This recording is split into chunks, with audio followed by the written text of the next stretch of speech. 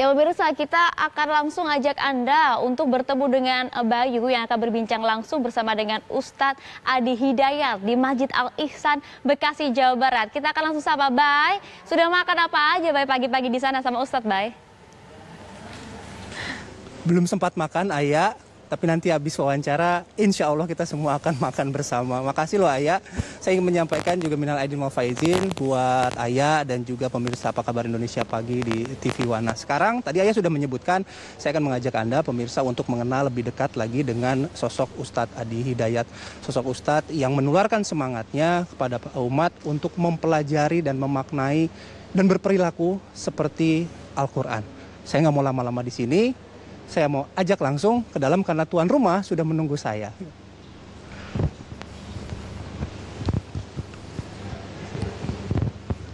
Masya Allah. Assalamualaikum warahmatullahi wabarakatuh, Pak Ustadz. Warahmatullahi wabarakatuh. Masya Allah, ada tamu. Ada tamu pagi-pagi. Assalamualaikum. Waalaikumsalam warahmatullahi wabarakatuh. Minal aidin wal faizin, Pak Ustadz. Wallah, minal-minkum. Apa kabar Mas Bayu? Alhamdulillah, saya dalam kondisi baik-baik saja. Bagaimana Pak Ustadz? Baik, alhamdulillah. Selamat datang di Masjid Al-Ihsan. Terima kasih loh, Pak Ustadz sudah mau menerima saya TV One di tengah kesibukan waktunya Pak Ustadz. Insya Allah ada kebaikan. Ini Amin. saya mau sampaikan dulu nih yang penting nih. Jadi Gimana Pak Ustadz? Al-Ihsan ini dinamakan dengan Al-Ihsan, mengandung makna semua kegiatan itu diniatkan untuk ibadah. Sekaligus ibadah itu ditransformasikan dalam bentuk bakti terbaik bagi lingkungan sekitar. Termasuk untuk bangsa negara, makanya ada bendera merah putih itu di masjid. Ya, nah itu lambang kecintaan pada negara dan effort dari masjid ini supaya berkontribusi baik. Oke. Ada kontribusinya begitu ya? Harus ada, karena orang Islam itu kalau beribadah itu harus selalu melahirkan nilai kebaikan bagi lingkungan sekitarnya. Bagi bangsa kita rahimnya kan dari nilai-nilai keislaman salah satunya. Oke. Nah, nanti juga saya pengen diajak masuk nih Pak Ustadz. Harus. Tapi belum, sebentar dulu, masih ada waktu kita.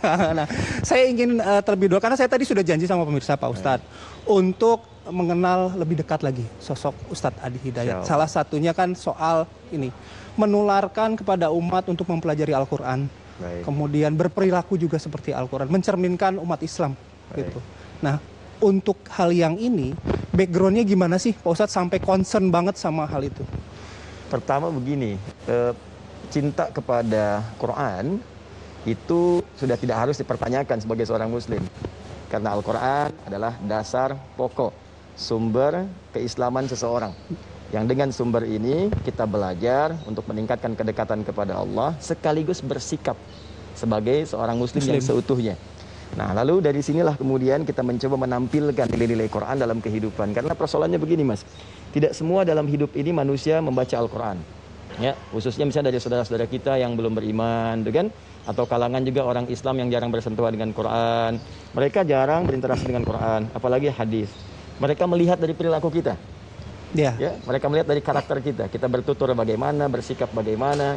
Karena itu, bacaan-bacaan kita terhadap Al-Quran kita harus terjemahkan dalam bentuk perilaku yang mulia. Karena Quran mengajarkan kemuliaan. Jadi umat itu adalah etalasenya? Etalasenya, persis. Jadi begitu dilihat bagaimana umat bersikap, maka di situ akan muncul penilaian.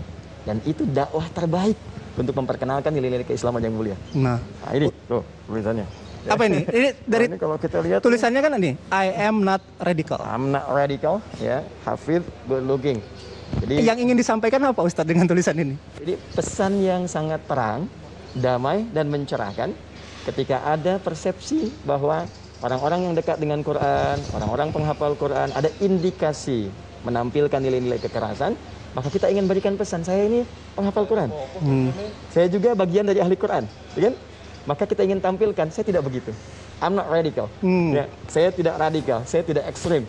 Dan kita ingin tampilkan dalam dunia luas bahwa tidak semua orang-orang yang menghafal Quran itu terjebak dalam keburukan, kecuali orang yang tidak benar berinteraksinya.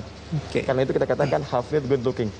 Maka setiap penghafal Quran, di pesan kedua, saya ingin katakan setiap penghafal Quran, dimanapun Anda berada, tampilkan nilai kemuliaan Quran, sehingga orang melihat kita baik, dan itulah real Islam dalam kehidupan. Nah, yang saya highlight dari pernyataan Pak Ustadz tadi adalah soal interaksi dengan Al-Quran. Nah, Pak Ustadz juga kan pasti sudah sangat memahami apa isi Al-Quran, mencoba mengamalkannya, dan menularkan semangatnya kepada umat. Tapi saya flashback sedikit nih.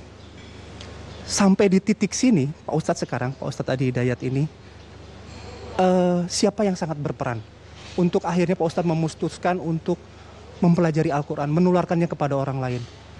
3 orang. Dan saya bermohon kepada Allah agar setiap kebaikan yang dihasilkan dari Al-Quran ini mengalir juga kepada 3 orang utama ini. Siapa Pak Ustadz? Yang pertama ibunda tercinta, dan saya masukkan satu paket dengan ayahanda. Dan saya bermohon kepada Allah, dan di sini dasar pertama.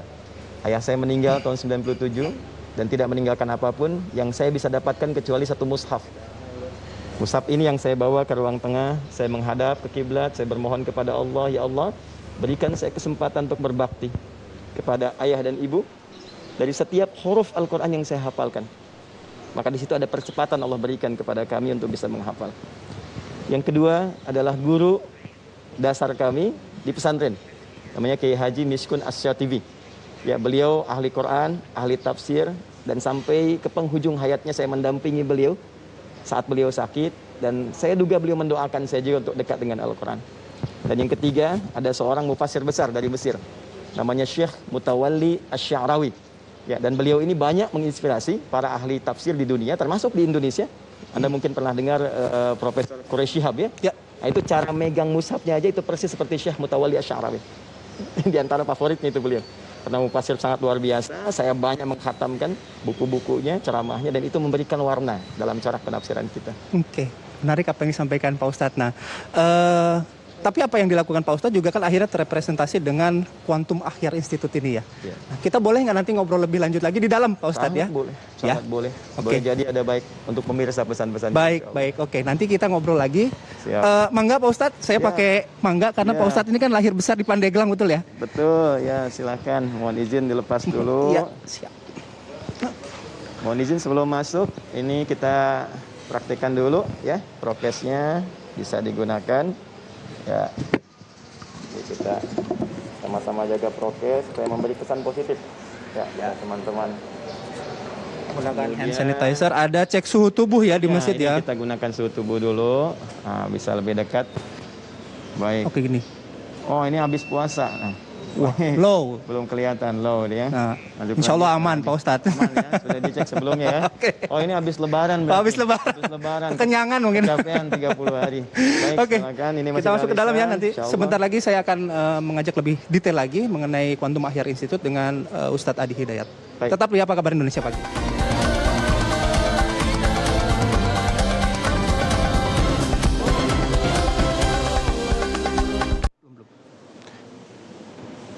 Di Anda masih bersama kami di Apa Kabar Indonesia Pagi, mengenal lebih dekat sosok Ustadz Adi Hidayat. Ini Pak Ustadz izin, Baik. ini bagian dari Quantum Akhyar Institute, masjid ini. Boleh bercerita nggak backgroundnya sedikit soal ini? Quantum Akhyar Institute kami dirikan tanggal 2 Agustus tahun 2013, 2 tahun setelah kepulangan saya dari Libya. Ada banyak minat dari masyarakat untuk belajar, dan saya mengamati situasinya. Masyarakat butuh pencerahan yang sifatnya luas, wawasan juga, sehingga saya coba hadirkan kuantum, itu satu lompatan. Bagaimana masyarakat bisa belajar dengan cepat tentang nilai keislaman. Akhyar itu jamak dari kata khair, mengambil spirit dari Quran surah ketiga, Ali Imran ayat 110. Kalau Mas Bayu mau posisinya sebelah kiri paling atas. Nah itu dia. Katanya kan Pak Ustadz juga hafal tuh ya. Jadi kata Allah, kuntum khaira ummah, kalian tuh umat terbaik.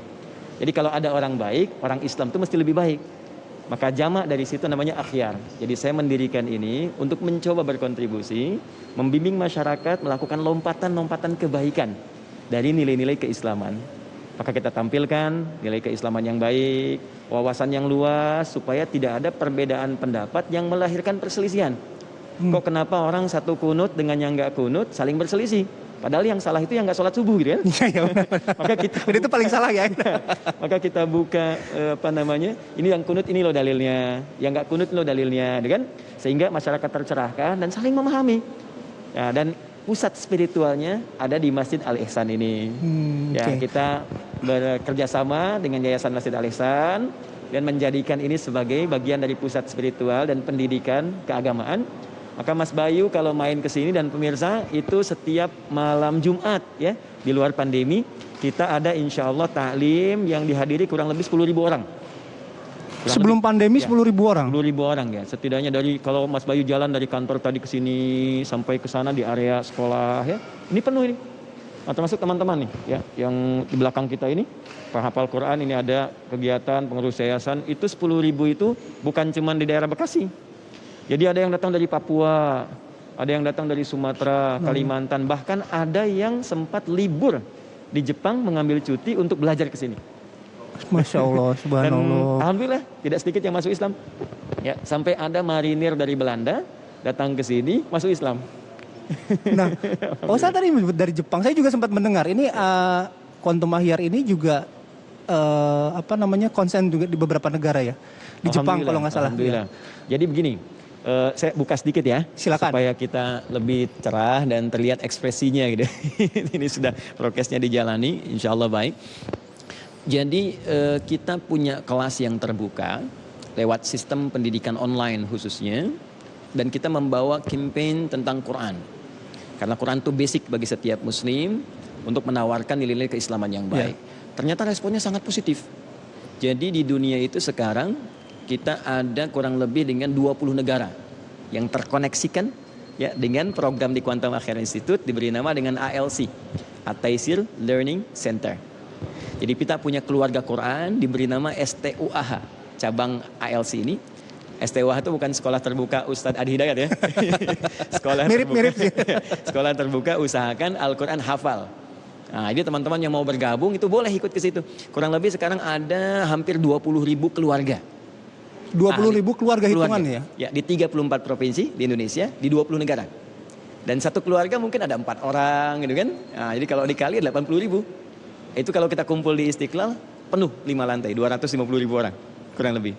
Nah itu yang kita bawa, selain nilai keislaman, kita juga ingin menampilkan sisi keislaman orang Indonesia yang baik. Sehingga membawa pesan-pesan kebangsaan, orang melihat Indonesia lebih mulia, ya kan? Lebih bagus. Nah ini tugas setiap muslim. Dimanapun dia tinggal, cintai tempat dia berada, dan tampilkan nilai kebaikan sehingga orang melihat dirinya dan lingkungannya menjadi lebih mulia dan baik. Nah, yang mengikuti program ini Pak Ustadz, yang paling muda usia berapa, yang paling senior usia berapa? Paling muda usia 3 tahun. 3 tahun? 3 tahun. Kemudian ya itu tentu dia nanti kalau masuk online di backup orang tua, tapi dia mulai menghafal. Jadi kelasnya ada 3 nih. Kelas pemula untuk belajar membaca, karena mustahil kita mengetahui isi Quran kecuali kalau bisa baca. Kemudian yang kedua kelas penghafal. Jadi kalau Mas Bayu bawa mushaf kemana-mana, lihat pedomannya kan agak susah tuh ya. Tapi kalau kita hafal kan lebih ringan kan? Ya. Nah, jadi ada kelas penghafal. Yang ketiga kelas spesialisasi, menjadi kurikulum kehidupan. Ya pengamal apa yang dihafalkan. Jadi kita punya kelas untuk dunia kesehatan. Ada kelas dokter, kemudian ada kelas juga teman-teman pebisnis, kelas pembelajar, kelas ilmuwan. Berdasarkan background begitu ya Ustadz? Background masing-masing kita turunkan. Jadi paling sepuh ada yang usianya 73 ya, 73 tahun. Jadi dari 3 tahun sampai 73 dan tanpa batas sebetulnya. Nah, saya juga sempat dengar nih sebelum wawancara kan saya ngobrol-ngobrol dulu nih Pak Ustadz. Ya, Katanya di program yang diinisiasi oleh Pak Ustadz ini ada yang bisa menghafal Al-Quran 24 jam? Jadi Masya Allah ini Mas Bayu dan pemirsa. Jadi Alhamdulillah Allah berikan satu kemudahan kepada kami untuk merumuskan cara menghafal Al-Quran langsung dari Al-Quran. Ya, kalau metode kan banyak. Setiap orang berpengalaman interaksi dengan Al-Quran, punya metode gitu kan. Nah kita berinteraksi dengan Al-Quran dari Al-Qurannya sendiri, menyampaikan bagaimana dia bisa dihafal. Jadi kita tampilkan satu metode dari Al-Quran menghafal 30 hari 30 juz. Alhamdulillah hasilnya ada yang hafal dalam 14 hari. 30 juz lah ya, bukan juz 30 loh. 30 juz. 30 juz, ada yang 14 hari, 20 hari, 28 hari. Kemarin karena kondisi pandemi, biasanya di luar pandemi kita offline, datang ada tempat. Ini di pandemi kita adakan karantina virtual. Karantina virtual itu di setiap tempat bisa menghafal. Kita bimbing dengan musyrif, ya, membimbing penghafal dari sini. Tapi mereka mesti konsisten dengan sistem yang kita buat. Alhamdulillah itu ada hal yang sangat bagus. 21 hari ada yang hafal 30 juz, usia 26 tahun. Tapi yang dahsyat, ada yang hafal dalam waktu 25 hari usia 55 tahun. 55 tahun. 30 juz, seorang ibu. batasan usia berarti bukan sebuah hambatan sama sekali Pak Ustadz. Saya tanya Mas Bayu begini, Nabi dapat wahyu berapa tahun usianya? Nah nanti saya jawab boleh nggak? Kita break dulu ya Pak Ustadz. Sekaligus nanti kita akan membahas isu-isu terkini. Tanya begini, saya sudah sepuh, sudah ini, kita lihat nanti. Oke, baik. Nanti kita akan lanjutkan perbincangan dengan Ustadz Adi Hidayat sesaat lagi. Tetaplah di Apa Kabar Indonesia Pagi.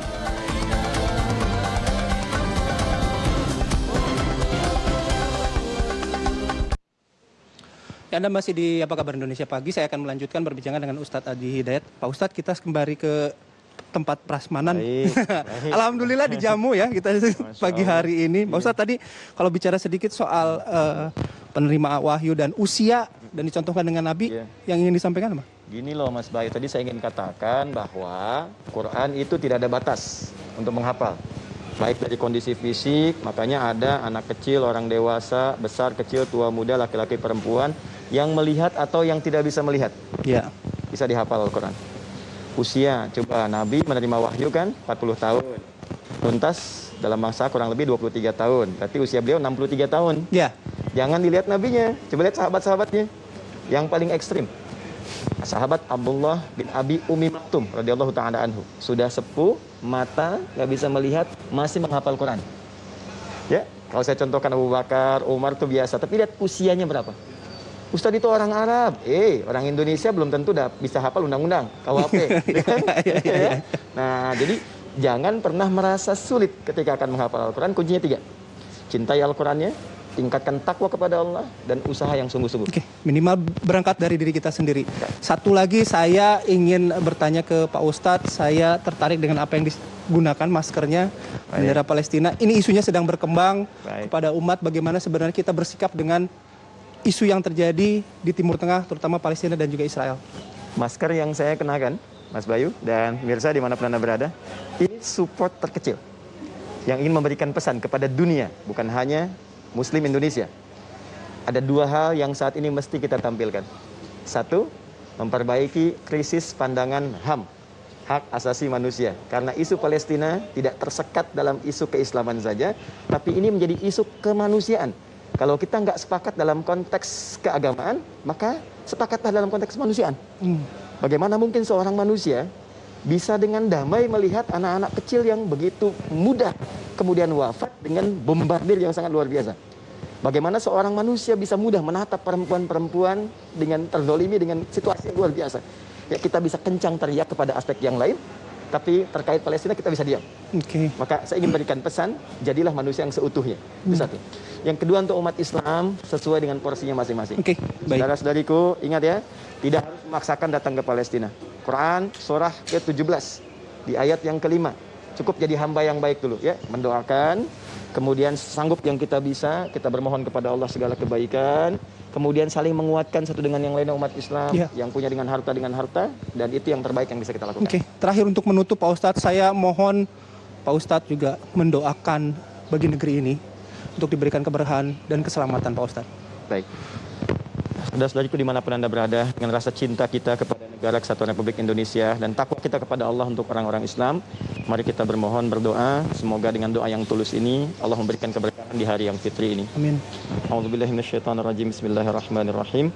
Allahumma nahmaduka hamdan syakirin kama 'allamtana an nahmadak wa kama 'allamtana an nashkurak antal muqaddim antal muakhir biyadikal khair innaka 'ala kulli syai'in qadir. Allahumma nusalli wa nusallimu ala rasulikal karim nabiyina Muhammadin wa ala alihi wa sahbihi ajma'in. Allahumma ya Allah gharis fi qalbina ya Allah, gharis fi qalbina hubba hadzal watan ya arhamar rahimin. Ya Allah, tanamkan kepada kami kecintaan kepada negeri ini ya Allah. Bangsa ini yang telah Engkau anugerahkan kepada kami. Allahumma wahid sufufana ya Allah, satukan kami dalam kebaikan untuk berbakti kepada negeri ini dalam rangka ibadah kepadamu. Wa jannibna minat tafruqah, dan jauhkan kami dari perpecahan ya Allah, dari semua sebab yang memungkinkan lahirnya perpecahan dalam kehidupan kami. Allahumma ya arhamar rahimin, gharis ya Allah fi qulubina hubba ya Allah lil jami'il muslimin wal insaniyah ya Allah. Hadirkan kecintaan dalam diri kami kepada sesama muslim dan juga kepada sesama penduduk bumi ini ya Allah, terkhusus di negeri kami Indonesia. Allahumma hafidh ya Allah umara'ana waj'alhum udala Ya Allah, mohon jaga para pemimpin kami dan berikan hidayah kepada mereka untuk Amin. bersikap adil dalam memimpin negeri ini. Wahfad ulama'ana waj'alhum mukhlasin. Dan mohon ya Allah jaga para ulama kami, jadikan mereka ikhlas dalam berjuang berdakwah karenamu ya arhamar rahimin. Rabbana atina fid dunya hasanah wa fil akhirati hasanah wa qina adzabannar. Ya Allah, anugerahkan segala kebaikan kepada kami di muka bumi ini dan kemuliaan di akhirat saat kami kembali, dan jauhkan kami dari segala apa yang Kau murkai dalam kehidupan kami ya arhamar rahimin. Unsurna wansur ya Allah Palestin, wansur Indonesia ya Allah, waj'alha baldatan thayyibatan wa anta tardaha. Tolong kami ya Allah untuk mengamalkan segala kebaikan. Tolong saudara-saudari kami di Palestina, dan tolong kami ya Allah untuk bersikap baik sampai kami kembali kepadamu dalam keadaan husnul khatimah. Subhanakallahumma bihamdika asyhadu an la ilaha illa anta astaghfiruka wa atubu ilaik. Wa akhiru da'wana anil hamdulillahi rabbil alamin. Amin ya rabbal alamin. Terima kasih sekali lagi atas doanya, atas kesempatan dan waktunya Pak Ustadz. Semoga ikhtiar yang dijalankan Pak Ustadz juga teman-teman bisa membawa barokah bagi kita semua. Amin, insyaallah. Selamat pagi. Assalamualaikum warahmatullahi wabarakatuh. Terima kasih Pak Ustadz. Saya mau nyobain makanan sama Pak Ustadz, Siap, boleh ya? siap. Oke. Menunya istimewa, insyaallah. Baik. Nah, itu tadi perjumpaan atau akhir dari perjumpaan kita di Apa Kabar Indonesia Pagi. Saya Bayu Andrianto. Terima kasih dan sampai jumpa.